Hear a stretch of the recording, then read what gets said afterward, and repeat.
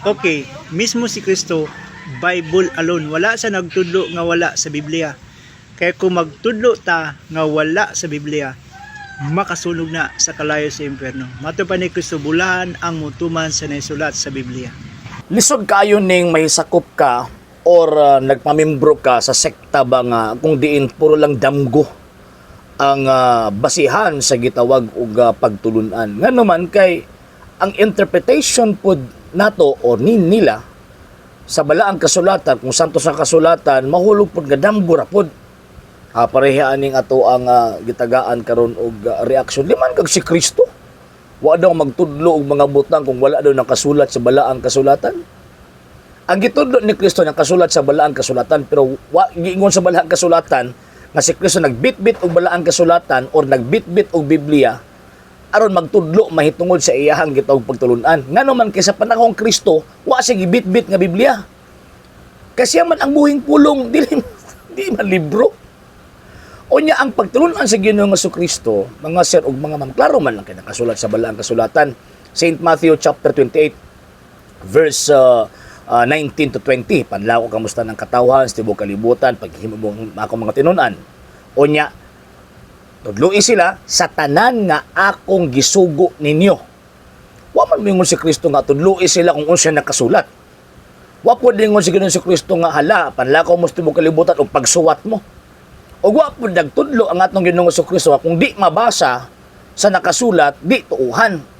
Wabito, dili ta ng mga apostol nakasulat sa balaang kasulatan kay walay direktang mando si Ginoong Jesucristo nga pagsuwat mo.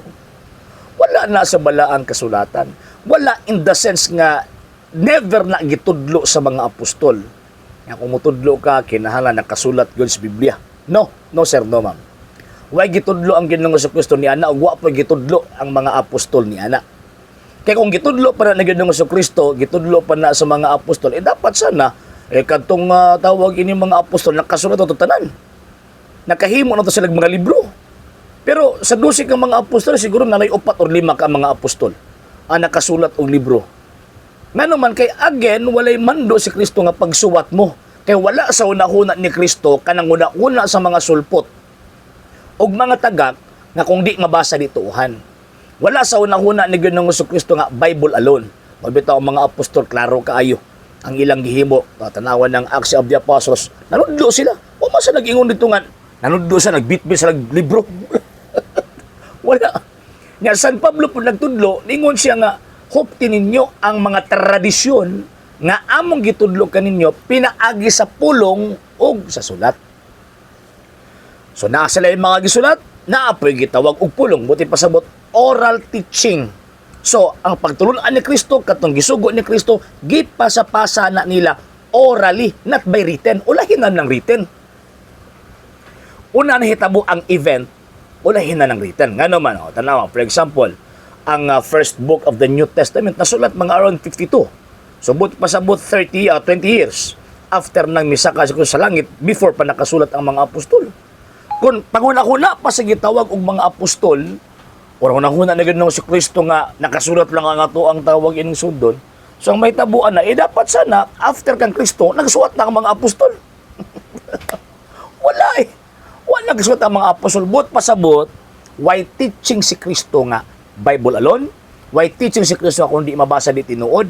Why teaching si Kristo nga dapat nakasulat lang ang sundon? O nakasulat lang ang tawag ining itudlo? No sir, no ma'am. Kaya ang pagtulunan ni Kristo, klaro na kayo, itudlo ang tanan niyang gisugo. Unya, dili tanan niyang gisugo, katong mga aksyon niya, na nakitaan sa mga apostol, katong aksyon niya, katong betong tawag ining living teaching niya. But pasabot ka nang nakitaan sa mga apostol, ba nga, iyang giak, dili tanan nakasulat. Ba't kung isulat pa ang kanang libro, dili pa tawag ang isakto nga kasulatan.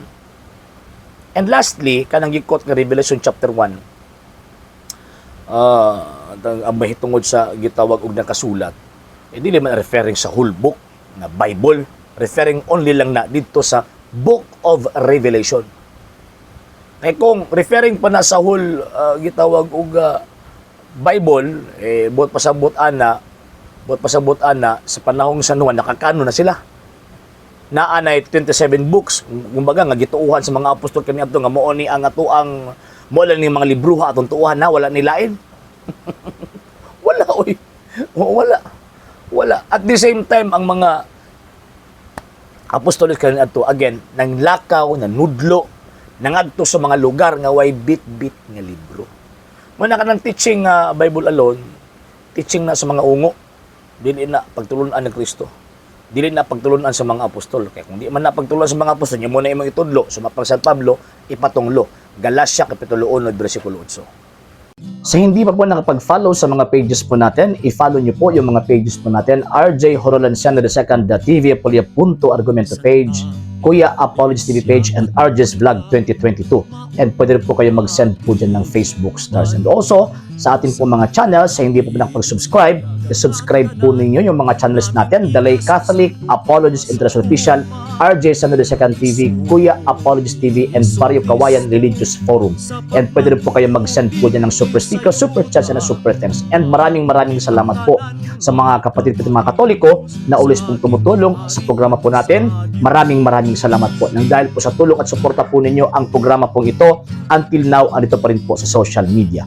And until now din po, nangangailangan pa rin po tayo sa tulong at suporta po ninyo dahil wala po kami magagawa rito mga sir, mga ma'am, kung wala po yung tulong at suporta po ninyo. Sa gusto pong tumulong, sa gusto pong sumuporta, pwede po ninyong ipadala ang tulong at suporta po ninyo sa pamamagitan po ng ating mga account numbers dyan po sa ating pong screen. And pwede nyo po kaming i-message sa ating pong page kung via remittance po yung papadala po ninyo. Maraming salamat po in advance.